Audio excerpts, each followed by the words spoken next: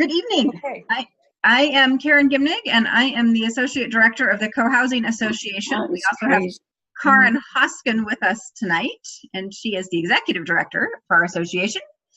The association puts on these web chats every week, more or less, where this is number 24, so we've got 24 now available, and they are available for watching the recordings through the website at cohousing.org.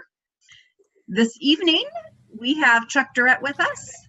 Chuck is one of the architects that brought cohousing to the United States from Europe and has designed more cohousing communities than anyone else in the world. And that is, in fact, what he's here to talk to us about this evening, is design in cohousing communities. And with that, Chuck, I'm going to hand it off to you, and I think you have a screen to share. Indeed. Hey, everybody. I'm excited to share some thoughts about, I'm always excited to share thoughts about architecture design of co-housing. You know, when I first started thinking about co-housing, well, I should mention that I first discovered co-housing walking to and from the train station every day when I was going to the University of Copenhagen in 1980. And then I'd walk by single family houses and there was no life between the building, and I would walk by apartment buildings. There was no life between the building, and I happened to be walking by an assisted care every day, no life between the building. Condos, no life. But day in and day out, I would walk to and from the train station and notice all of this life in one of the projects, one of these housing developments that kind of looked like the one showing here. People sitting on the front porch, people sitting at picnic tables, people picking apples from a tree together, neighbors being with each other, people coming and going from one building where apparently nobody lived, but everybody lived, and i.e. the common house. And finally one day I stopped by and said, you know, what's going on here? And in my broken Danish, and this fine woman said to me in her perfect English that her and her husband had actually grown up in a high-functioning neighborhood and didn't think that they could take it for granted that they would move into a high-functioning neighborhood, but wanted their two kids to grow up in a high-functioning neighborhood. And the only way that they would get that accomplished would be to consciously create it themselves, and i.e. co-housing. And so that was my introduction to co-housing. And that's the story that I'm going to try to tell today, which is how did they consciously create a neighborhood, a high-functioning neighborhood, reminiscent of what you see here. And because it's not an accident, basically. It doesn't happen accidentally. It's a deliberate process that, you know, Kate and I learned over what was 13 months. We went there for 6 months to learn. We had enough money for 6 months. But then after 6 months, we realized, and lots of people who saw how serious we were happy to share with us, you know, that you guys can't possibly know what this is about yet. Ended up staying 13 months, basically interviewing professionals, bankers, residents day in and day out, staying in 46 different co-housing communities in those 13 months and studying them considerably, visiting another 100 plus. And really didn't feel like we could take a penny from anybody back in the US ethically if we hadn't stayed long enough to really understand what was going on. What was really going on is people studying a subculture's behavior very much from an anthropological point of view, and then manifesting that in the context of a site plan, a common house, and houses that even reflected bigger goals than just, you know, boiling water and making spaghetti. Goals like, how do I fit into the fabric of a village? And that was very much a conscious act. So that's very much how we approach it. In fact, we write 3 little books for every project before we start designing. It's called the design program because that's what architects call it. But it's really 3 little studies of who this subculture is, what are their goals for a site plan, what are their goals for the common house, you know, where we are together, and what are our goals for our private houses where we are not together.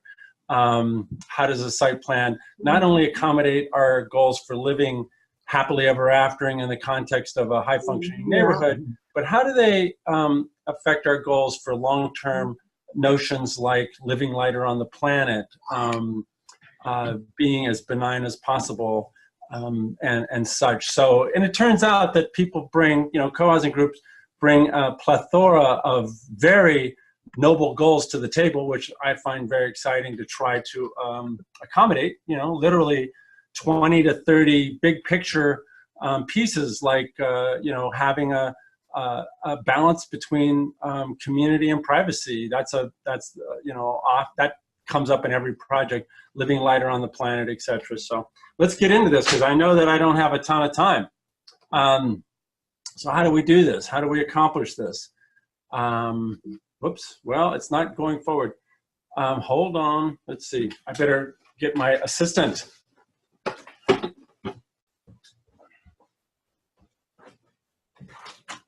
Hey, Christy, it's not moving forward.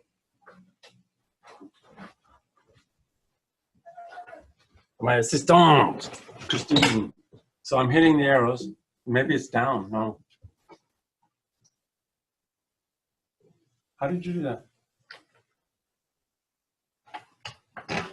Okay. So now we go forward? Yep, we're good now. Okay, good. So, one of the key notions is, how do you make a place where community is simply an extension of being proximate to each other? It helped that I grew up in a small town, Downeyville, California. That happens to be my grandmother there in the pink pants. And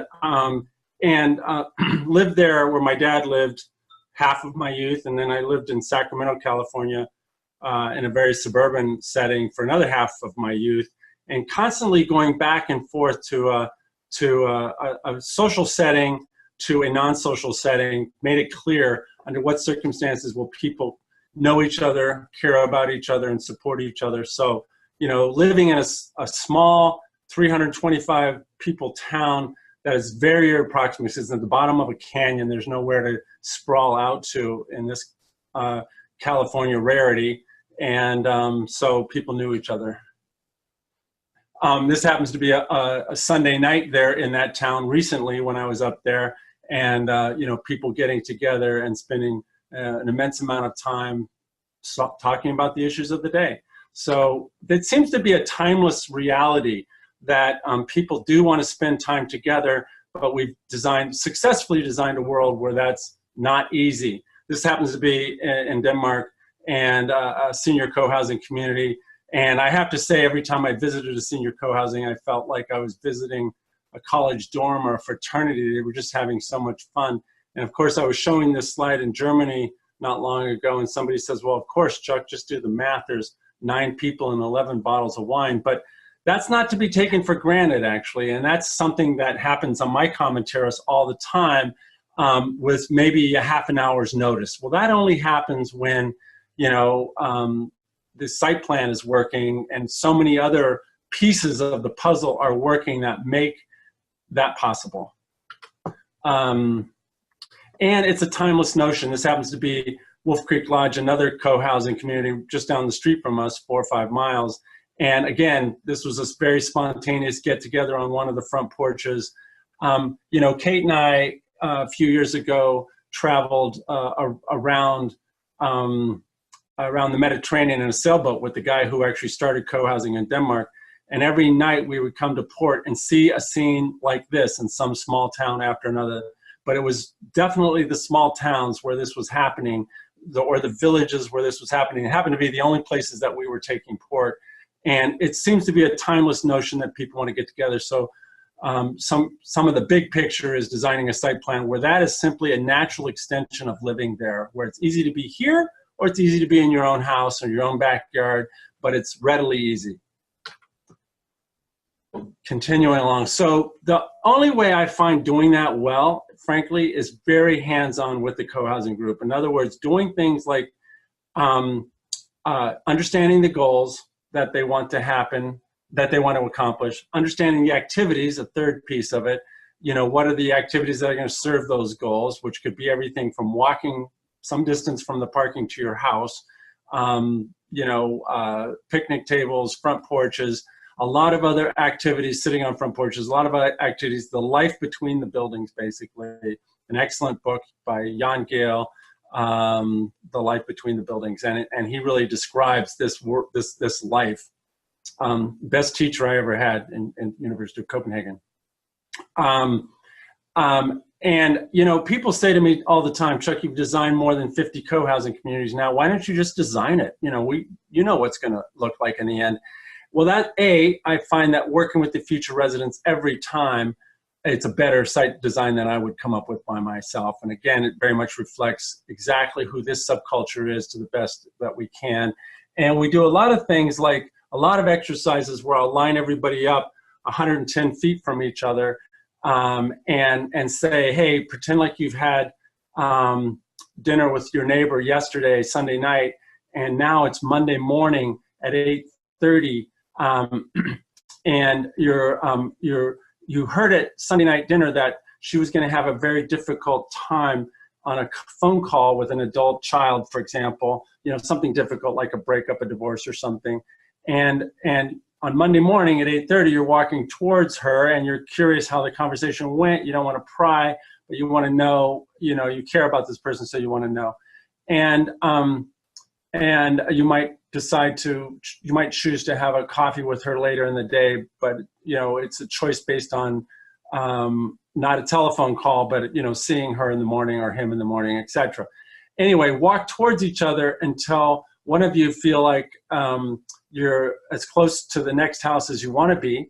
In other words, because wherever one of you stops, both of you stop, and that's going to be the distance from front doorknob to front doorknob. This group here, Nevada City Co-Housing, they actually had 11 acres to work with, but they ended up building on 3.5 acres because of that social design that they wanted to accomplish. They ended up making the houses 26 feet to 40 feet from each other, from doorknob to doorknob. And I started them out at 110 feet because that's the average suburban neighborhood's distance from doorknob to doorknob.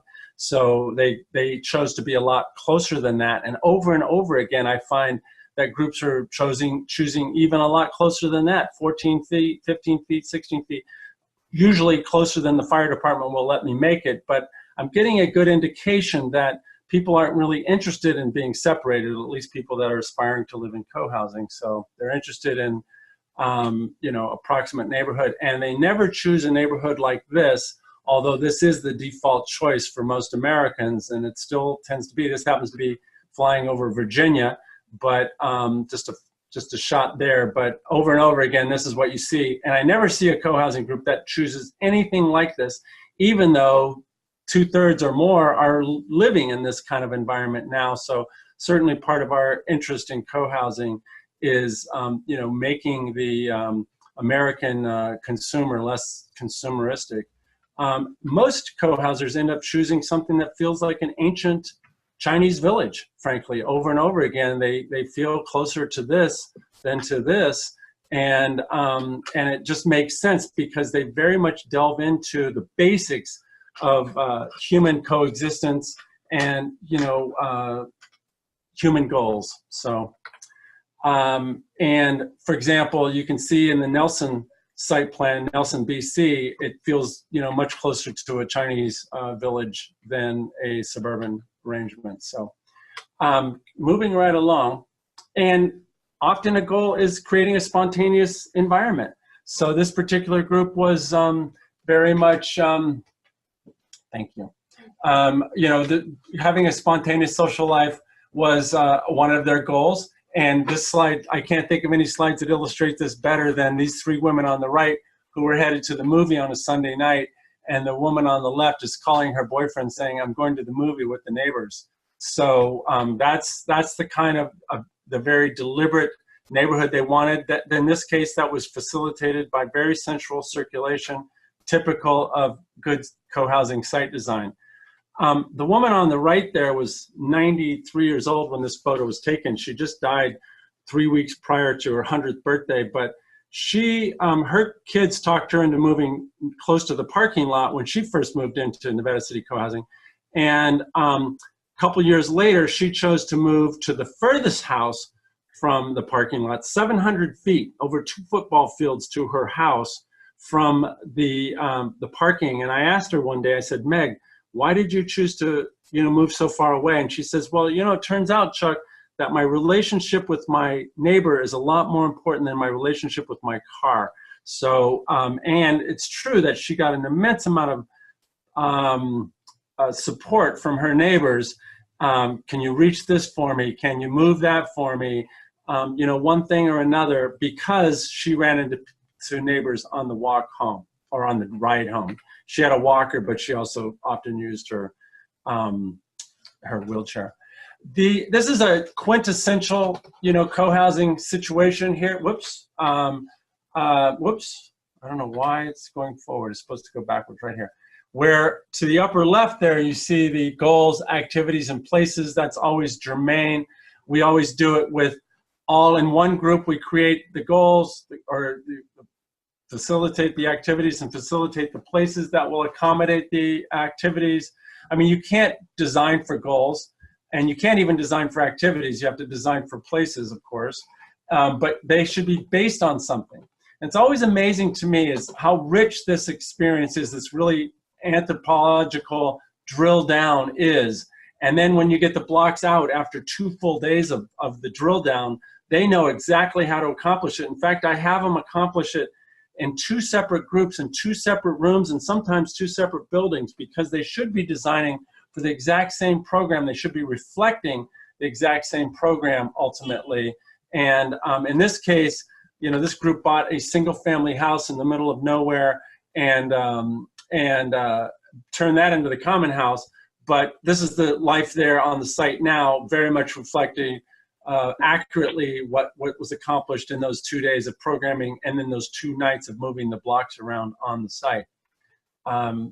Moving along here, and this is a community. There's no doubt about it. Unlike anything that any of them had moved from, probably all of them single-family houses, and except for one woman who lived in a rental at 65 years old with college students. This is again Stillwater, Oklahoma. The most remarkable thing about this project is they bought a single-family house in a high-end neighborhood and rezoned it to 24 houses. I mean, that never happens except in a co-housing setting. And, if you want to hear more about that kind of a scenario, you'll want to come to the Portland conference, and particularly the senior co-housing intensive Thursday and Friday.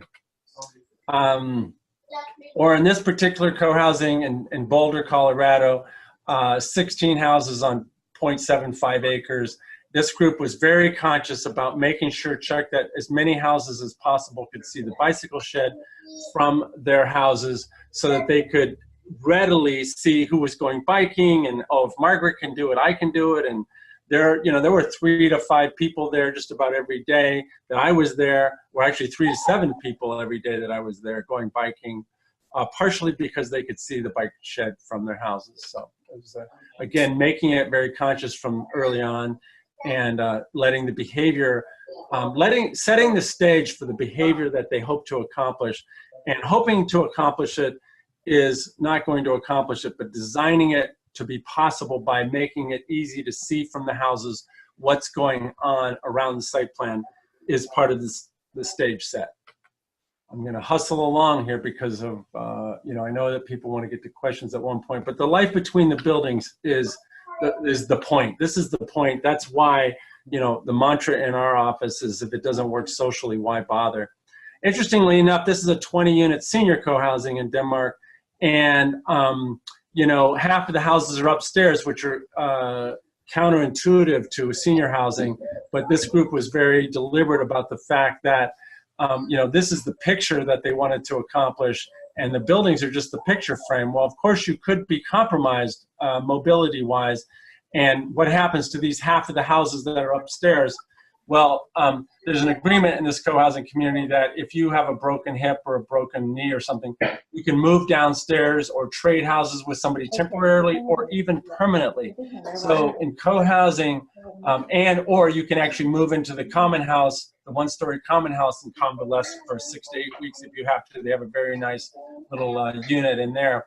But the point is that sometimes, as important as I think the architecture is, and I'm an architect, I want it to be taken seriously. Sometimes cooperation trumps architecture. We haven't quite got there yet in the US. I'm hoping that's a big part of where we grow towards, because we'll find a lot more flexibility in our architecture if we can employ cooperation as well. And these are very plain buildings because they needed them to be to afford it. You know, even in this senior co-housing, there's no parking anywhere near the houses. Walking to and from to talk to and be with your neighbors is key. This guy, Kai, who 10 years later after moving in, and they've been living there over 20 years now, ended up getting dementia. And all of this is very related. What does this have to do with site planning? Well, Kai is having a very successful dinner because somebody ran into him before dinner and said, Kai, now please come to dinner. I mean, he's got pretty severe dementia, and he's able to live out of an institution, probably the consensus is probably 10 years longer than he would otherwise be able to accomplish, because his site plan sets him up for long-term success by running into and being with his neighbors, and therefore making sure he comes to common dinner and all the like. You know, Americans, I find it kind of complicated sometimes because we're so wedded to our automobiles that, you know, we just think that they have to, you know, they have to be in our bedroom to be comfortable. Anyway, I find the same thing happens in our common house too, where people run into each other. Hey, don't forget to come to dinner tonight because it's, you know, Susie's cooking and she's a great cook, et cetera, et cetera. So it goes on and on. And so many other spontaneous activities happen in our common house, largely because the site plan facilitates the possibility. So the site plan is a watershed, basically, in the success of co-housing, no doubt. When it comes to the common house, I feel similarly. You know, I'm an architect. It should be a warm and cozy place, no doubt. I designed those chairs, for example. You know, every detail matters. But again, our mantra in our office is if it doesn't work socially, why bother? I mean, we're not making real estate so that we can photograph it, for example. We're making real estate so that people are set up to the best of their ability participate in the creation and the fulfillment of a viable society. So that's how we go about it. And, you know, I can describe this readily in the anthropological, you know, discussion of projects like Bellingham, Washington, where they were very devoted to dancing. And I thought, oh, this will be interesting how this goes down, you know, if they use dancing in the common house as often as they said. This was May 12th, 2000. And I was happily surprised right after dinner, they moved the tables out of the way. Somebody picked up a fiddle and all of a sudden everybody was dancing. And then the next night, May 13th, somebody moved the tables out of the way right after dinner and they started dancing again. So, you know, every group is different. I find that to be true. I don't know that there are great tenets in the co-housing design. There are a few like centralized circulation, etc. But the key thing is getting in there and reflecting not only who this group is, but very much who they want to be, who they aspire to become. That's key. And of course, these people all danced prior to moving into this co-housing, but it was certainly not this natural, not this easy, not this readily available to their day-to-day lives. Moving along, and you know, this is the point. And this is the point of the common facilities. Bring people together, make them happy. Food is central. You know, breaking bread together is the most timeless means of accomplishing it. This happens to be Mountain View co-housing. I had dinner there numerous times, and I'm always amazed how giddy they are living there. And I feel like because they accomplished so much politically in terms of what they got built and were able to challenge the city of Mountain View about, only a co-housing group could do what they did. And I'm constantly trying to describe this to developers and others. Why bother with the group? Well, because not only do they do a better job of designing the project, but they get things approved that regular architects and regular developers normally can just dream about getting approved. Boulder, Colorado was the best example of that. That project was started by 3 nuns, and I was constantly taking them to meet with the planners and the fire department because these were real people that wanted to live there, and that's just something that the fire department and the building department and the planning department is simply not used to. And when they realize that these are real people, They try to figure out how to make these projects successful. Whereas if they just think it's a developer and an architect trying to make a buck or trying to make a name for themselves, they don't sort of give the same discompensation that we're so dependent on, really, in getting successful co-housing projects built. Because you are breaking the box all the time.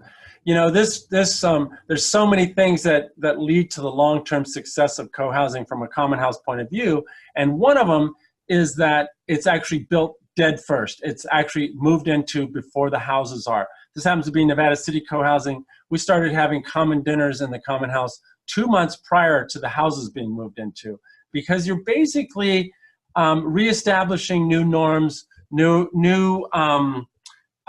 habits, and you know, a new culture, frankly, who we aspire to become. And so this is Kyle on the left cooking, and you can just see how much of the appreciation he gets. These open kitchens, there's always two attitudes towards the cooks.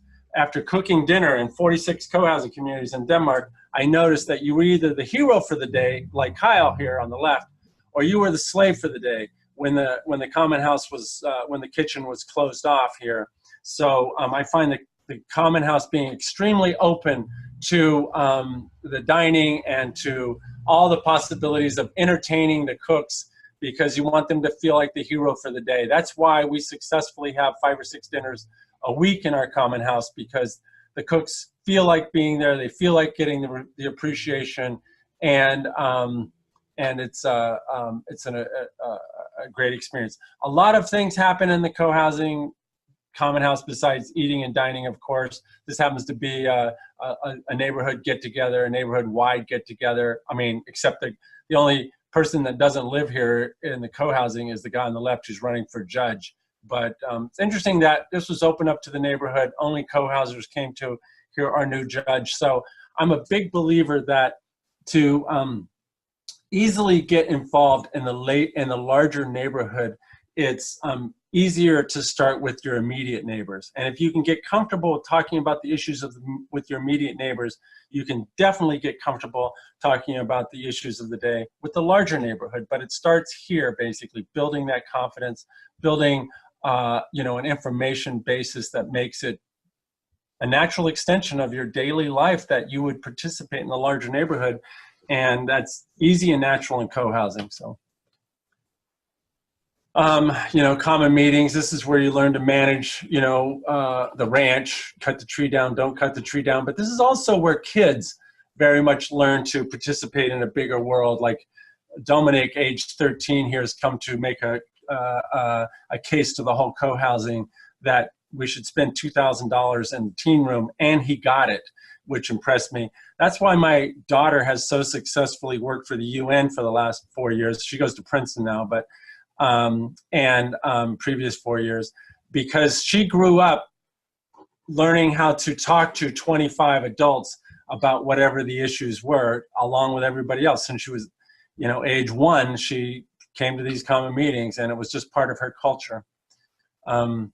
But I don't want to underemphasize the importance of breaking bread together in the common house. It's key to the success. When it comes to the common house and the site plan, there's a lot of activities that happen out of the common building, you know, that are part and parcel to building the community, like greenhouses, freestanding greenhouses, and other things that happen. And I'll, you know, I could have, and I could have shown photos of real greenhouses, because we just built one, and I know lots of people built one, but that's one that's proposed for Port Townsend I just showed. And the ceremonies that happen more and more in co-housing, like Paul there on the left died at Port Townsend co-housing. You know, the group has gotten incredibly ceremonial in how they address this and all kinds of other transitions that just give me so much confidence. You know, people would say making the common house accommodate that is important, but I always come back to making the site plan make that a natural extension of what you might or might not participate in is central to the whole experience. And similarly on the private houses, you know, where you have, for example, a sink here that faces the window, so Gloria, 82-year-old Gloria, can see the world go by and not go by. And, you know, when she wants to talk to me or she wants help, so she just pounds on the window when I walk by, and it makes it readily, easy. She doesn't call me up and say, Chuck, can you come over and help me with something? She waits till she sees me, and I find that happens a lot. When it comes to the private houses, I can't overestimate how important the sound between the houses are. I feel like the environmentalist of the future is going to be the person, the acoustic engineer, who makes sure that Americans can't hear each other when they live very close together, because that's part and parcel to successful co-housing and successfully getting neighbors in a village. And the front porches, they go on and on. You know, it's funny here, Lee happens to run with a neighbor here in Mountain View, and you know, they run every other day now, and they both say how much they run now because they run into they see their neighbor all the time, and they say, hey, you know, we're still on for tomorrow morning, et cetera, et cetera. So, and the houses, you know, being able to see in the house, see Jerry, 83 years old, wants somebody to chat with, and Scott, 55 years old, stops and chats with her. It's very readily doable. You know, we just won a competition for a new senior housing project. It's actually being moved into now. Most senior housing projects are one building. We absolutely can't get behind these, you know, these mammoth, ridiculous warehousing of seniors. And this is the competition that we won. There's 29 architects were competing. We were the only one of 29 who did not propose a one building solution. We actually did propose a one building solution first in our own office. It was making me feel ill, so I went out to the site again and looked at how I could make a multi-building solution so it could feel closer to a village than a filing cabinet. And we managed to accomplish it. Ceremonies, you know, in the site plan is a growing and important phenomena in co-housing, every co-housing. This is intergenerational co-housing. This is where I live. It's amazing to me how year after year we grow ceremony on our site. And it makes me feel like I live in a village again, for sure. This is my daughter, who worked in many different villages in Laos last summer.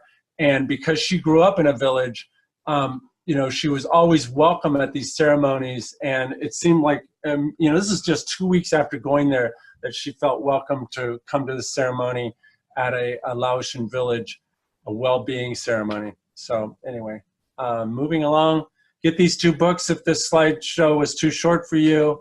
And thanks a lot. I'm ready for questions. Perfect. Okay. All right. Now we can see everybody's faces again. And I imagine how many everybody's are there? How So many everybody's do we have? Do you know, Karen? 25. All right. 25 people logged on. So we sometimes get folks who are in their common house, and you know how that goes, right? So one screen can be 10 people. If it's been designed well, right? Amen, sister. Makes all the difference. If people fundamentally feel that that's where they want to be. There's several key components to great common house design. I should have mentioned it. Number one is the feel. Number two is the acoustics. Number three is the light. And number four is that the functions all make sense. But they're not prioritized that way. They all make a big difference. And number five is that you can afford it. That could be important. Yeah. Yeah. So if anyone has a question, you're welcome to unmute yourself and ask it, or put it in the chat and I will voice it. I know that Chuck has a lot more to tell us. We just have to prompt him with what our best interests are here. How do you balance, this is from the chat, how do you balance the southern orientation, which is usually preferred, with the needs of a co-housing site design? Yeah, well, I showed that one Nelson site design, and you know, the solar orientation is key. I mean, I get that. All of our houses have a quote-unquote solar orientation. We have, my electric bill last year was minus $83 because I have 1 kilowatt of solar power. And, you know, my highest heating bill, and I live, you know, not too far from Tahoe, was $20 last year per month. So I know the importance of accomplishing those things. But I also know that in the end of the day, the most important thing to accomplish is a functioning society. So it's not the only thing that factors in. Now, I know I've dwelled on the functioning society part of it, the social side of it, but anyway, it's balancing those two. So, you know, like everything, you try to do both, and like everything in architecture, there is no one-liner, actually. There's no single criteria. In other words, there's usually 100 criteria. Everything from getting a fire truck to the site to having people have the common landscaping that they want, the private landscaping that they want, gathering nodes, front porches, backyards. There's usually 100 serious considerations that have to be balanced. However, solar orientation and social construct are usually the top two drivers. Great. Someone wants to know, can you tell us a bit more about the participatory design process? Yeah, for the site design, we use we use 2 full days, a Saturday and a Sunday, and a Monday night and a Tuesday night. The Monday night and the Tuesday night in the site design, the group is moving blocks around. What I didn't mention with Stillwater, Oklahoma, was that those two groups met in 2 separate rooms, and they keep meeting until they end up with the same site plan, basically, because they're coming from the same criteria. And the reason we do it with 2 separate groups is because that way they sort of completely objectify the process, so that it's not a loud voice or any single voice that's dictating it. It is constantly feeling like the other group is evaluating the criteria, so we have to evaluate the criteria, and they come up with the same site design. And more importantly, once they consent on a single site design, they own it emotionally, most importantly, and they champion it.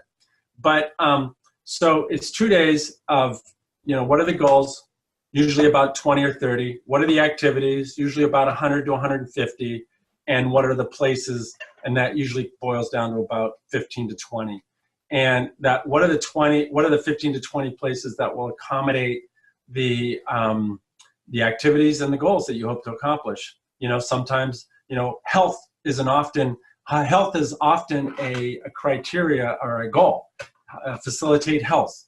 And so where I live, we decided to build a swimming pool, blah, blah, blah. So that's what health ultimately translated into. But, that differs from group to group. And so that's the site design. The common house, again, what are the goals? Bring us together. That is the one place where, who are we together? Who are we as a subculture, and who do we want to be? What are the goals? And it's usually 20 to 30. What are the activities? It's about 100 to 150. And then what are the places? And that's usually, again, back to 15 or 20 in terms of a dining room, a kitchen, a sitting room, a kid's room, a music room, laundry, et cetera, et cetera. Lots of discussion of the ramifications. It's 2 full days of criteria making. And then usually we go back and create a schematic design and say, given your site plan and given your site and given your criteria, I think this is the site design. The common house design. And then we break into 3 separate groups, and it's a key to constantly break into smaller groups, because that's how you successfully objectify critiquing, designs, because again, there's 6 to 8 people in a group, and everybody has a voice and everybody's able to express it. Where did Chuck not fulfill our criteria here? And it's also important that we do that. We actually critique the site design, the common house design, when we do the private houses, because then in that 3-day workshop, when we're doing the private houses, we want them to be thinking about that common house, that 3,000 square foot common house, as being an extension of my own 1,000 square foot house, so that you objectively feel like I actually have a 4,000 square foot house. And if I can't get done what I need here, there's something wrong. I'm, living too large. I'm not being judgmental about that, but I'm very impressed with how many projects are running about when we first started out, the average house size was about 1,250 square feet. Now they're running about 1,000 square feet for lots of reasons, affordability and more. But more and more people are seeing that they can actually see the common house as an extension of their private house, as a supplement to their private house.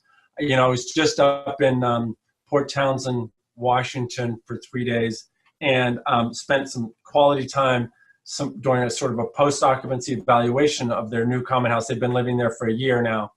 And I sat down with 4 or 5 people in the group, and 5 people, and we figured out how many people hours they had in their common house previous week. And it was 366.5. That's knocking it out of the park successful. That means that people were really seeing that building as an extension of their house. Not only 3 formal dinners a week, but numerous spontaneous breakfasts and spontaneous potluck dinners and spontaneous talks and planned yoga and just lots and lots of activities and if I had to guess, that number in that co-housing group is going to grow beyond 366. It'll be 380 and then 400. We have about 450 in our common house. And, if you drill down very successfully and you figure out who this group is, you will we have about 450. And our common house, like most of them, costs about $450,000 or $500,000. But unfortunately, in the U.S., you can find common houses that also cost $500,000, and they only get about 100 people hours a week. And you can just go back and look at the program, the little book that I was showing, and note that you can just note there, just like we did in Denmark. You can see what they didn't talk about. What they didn't talk about is much more telling than what they did talk about in so many ways. And when people complain, oh, we have columns in our common house, therefore we can't do dancing. Well, dancing did not come up as a priority in the programming. So that digging early on is so critical. That's the design process that I really want to embark on more than anything else, is that digging. And the private houses, we spent 3 days. We have 1 full day with the whole group generating criteria for the houses. And this is our process, but our process was very much learned from watching the Danes. The best people in the world accomplish it, so we basically imported it. And 1 full day of criteria making, and then 2 full days of breaking up and being with the smaller house groups, like an hour and a half with the A houses and an hour and a half with the B houses, et cetera, et cetera. So around the table with 6 or 7 households, we would design 1 house, get consensus on that 1 house. All the 1 bedrooms are going to look like this. All the 2 bedrooms are going to look like this. All the 3 bedrooms are going to look like this, et cetera, et cetera. Constantly talking about economy.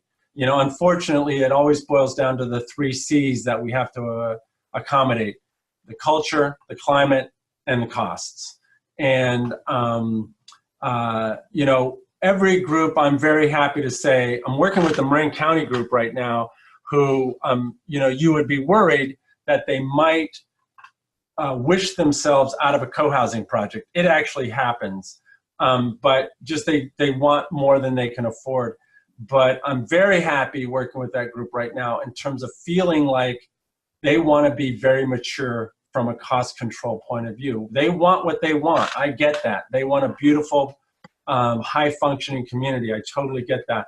But when I bring up methodologies around cost control, like prioritizing, et cetera, they embrace it with both arms and see it as a means of getting to where they want to get. So that's the design process. Does that answer your question, whoever asked that? I mean, again, the books are a good place to learn more too. Yeah, thank you. We have more questions, so I'm going to move on to the next one, which is, you've been at this for a few minutes. What design changes or learnings have you implemented, say, in the last decade? I've been at this for a few what? A few minutes. A few minutes. You've done it for a little while. What design challenge? What design changes? It's a good question, and yet it's It's not an obvious answer, because it's not about the thing so much. It's not that I've gone from using this product or that product. It's not that I've made this space bigger or that space smaller. It's more about I've become, I increasingly become, I feel, more and more and more disciplined around really listening to who this group is and who this collection of individuals are, and trying to reflect that. And I have to say, it's certainly the most gratifying part of my job. I mean, some days I feel more like an anthropologist than I do an architect. And I'm learning incessantly to be a better anthropologist. So in other words, who are they really? And what are their values really? And then I translate that back to, okay, now we're really going to implement these values. You guys said, you don't want to support clear cutting a forest, for example. So this is how we get that job done. And are you serious about it, basically? So really learn who they are and really reflect back on how we really accomplish that. And if that's not really a value, then we change the document to say, okay, just kidding, but that rarely happens. They find some way to actually accomplish their initial goals. But it's really becoming a better and better listener. And frankly, living in co-housing for the last 30 years has played a big role, first in Denmark, then in the Bay Area, and then here, has played a big role in helping me learn not only to be a better listener. That's been, again, I can't help but say that's been the key thing. But also seeing how day-to-day life really does influence these decisions. In other words, I rarely say, well, this is how we do it, because again, we're a certain group and, fairly iconoclastic rural group, and, they're just different than most groups, because every group's different.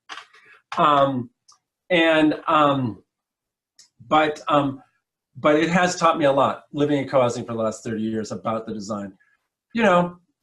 I constantly are thinking about how to really make the common houses super successful, how to make the site design super successful. And I'm sure that there are nuances that play into making them more successful. But there's also new challenges all the time. I mean, the 2008 economic meltdown and, the bank crisis and, just one thing or another is, the trade tariffs right now are really nipping at my heels. I mean, in other words, I'm using virtually no steel these days because of the 20% tariffs, for example. And so every project ends up being a little bit different because of the realities of today. We have a project under construction in Durham, North Carolina, and stucco has gone from $2.25 a square foot to $7.20 a square foot. It's tripled in price, basically, because of most of the stucco is done by Mexican skilled labor, and they're having so much difficulty getting in, and so we've had to shift so many things based on today's realities. So we have time for at least one more question, but maybe just one more. Have you ever developed a project in a more urban setting with more constrained available land? Yeah, and I could have showed dozens of those today too. Project just finished in Santa Cruz, downtown Santa Cruz, right downtown, right off of Pacific Street. 19 units on 0.24 acres. Emeryville Co-Housing, 12 units on 0.29 acres. Vancouver, 31 units on 0.6 acres. I mean, it's just an increasing reality, basically. I mean, 30 units on 0.9 acres. Mountain View, 19 units on 0.9 acres. I mean, it depends on how rural you think that is. One of these days, I expect, not too distant future, we'll end up being in a high rise, and we'll just, like, the co-housing will be the second and third and fourth floor or something like that. And they'll either get a long-term lease or buy in a condo-esque kind of scenario. They'll buy it. There's no reason that can't happen at all. And people will think quite often, even in those urban settings, do we really need 4 days of site design? Because isn't it going to just be a box in the landscape? And frankly, I find that those groups are incredibly sophisticated in making wise decisions along the way around the corridors and the shared facilities and shared facilities per floor to get people closer to each other, et cetera, et cetera. I find them incredibly sophisticated, but nobody knows how we're going to accomplish it when we first start. But it's amazing. You get the ball rolling. I mean, I believe everybody's got a little bit of architect in them for sure. And you get the ball rolling, and wise decisions come from unbeknownst sources along the way. Quiet people who raise questions that are germane to a successful project. Okay, we have maybe 2 minutes for a quick answer to this one, which is, how do you reach consent on the interior design of individual living spaces? What happens with individual preferences that may come into play when designing private space, knowing the economies of scale and standard design is cost effective? Yeah, I have to say, I'm so happy these days. For example, Port Townsend, 28 units, there's only 3 house types, A, B, and C unit. In Durham, North Carolina, there's 4 house types, A, B, C, and C prime, I think it is, but there might be only 3 now that I think about it. So getting the consensus, well, you know, again, the answer really is that sitting around, having the discussion, and not only getting your own needs met, but also feeling like I also want to help other people get their needs met too. And I also want to make sure that everybody that's sitting in this room gets into this project. So my eccentric needs, I'm not saying they fall by the wayside. They don't. But how do they get accomplished? They get accomplished through options. They get accomplished through personalization afterwards, people painting their own interior. You know, Kate and I probably did 20 different woodworking improvements to our house after we moved in. So there's so many ways to, you know, readily get it accomplished without forcing people out of the project who otherwise couldn't afford to accomplish it. So certainly this has got to be production construction. Normally, when Port Townsend we just finished, if we didn't keep it to the bone, we would have priced 5 people out of that group, and there were 5 specific people. Nobody wanted those 5 key people priced out of the project. And that's an important thing that only comes with gaining trust, gaining knowing each other, and realizing that in the end they'll get what they want, but they're not going to price others out of the picture at the same time. Great. Yeah, I think we could probably easily go on for another hour, but I'm going to keep us to our time. So there was a question about study group 1, and so I'm going to just sort of close out the web chat, and then Chuck, if you want to stick around for a few minutes to answer that one, we can do that. That's okay? Yeah, that's great. Thank you, Karen, very much. Okay, so I'm going to make my usual public service announcements here. Thank you so much, Chuck, for all the great information and photos too. I love always to see so many photos of co-housing, and everyone here for all the great questions. A reminder that Cohousing Association puts these events on at no charge, but it does not mean that they are without cost. And we would welcome your donations at the cohousing.org website. It's a huge help to us to get that extra funding so that we can continue to do programs like this. We also have, you may have heard, a conference coming up in Portland. Karen and I are counting the days. I think intensives are about 21 days away at this point. And Chuck, you're teaching 2 days of intensives, is that right? Indeed. And there is still room in the intensives, and as of yet, there is still room to sign up for the conference. We do expect that we will sell out. So if you're sitting there thinking, I'm going to come to the conference, but I'm going to get my tickets in a little while, I would recommend that you go ahead and register for the main conference right away, because we do not know when we're going to sell out, but we do expect a sellout crowd for this conference, and it's going to be fabulous. So we look forward to seeing you all there. The next web chats are a little bit off. We are giving ourselves a few weeks break so that we can focus on conference prep and also the website that is rolling out a new website in time for conference. We'll be seeing that, and with our focus on that, we're not scheduling web chats between now and conference. We are beginning to work on the schedule for June, July, and August. If you have favorite presenters you'd like us to bring back, I have reached out to them, but feel free to email them and say, hey, we'd love you to do another one.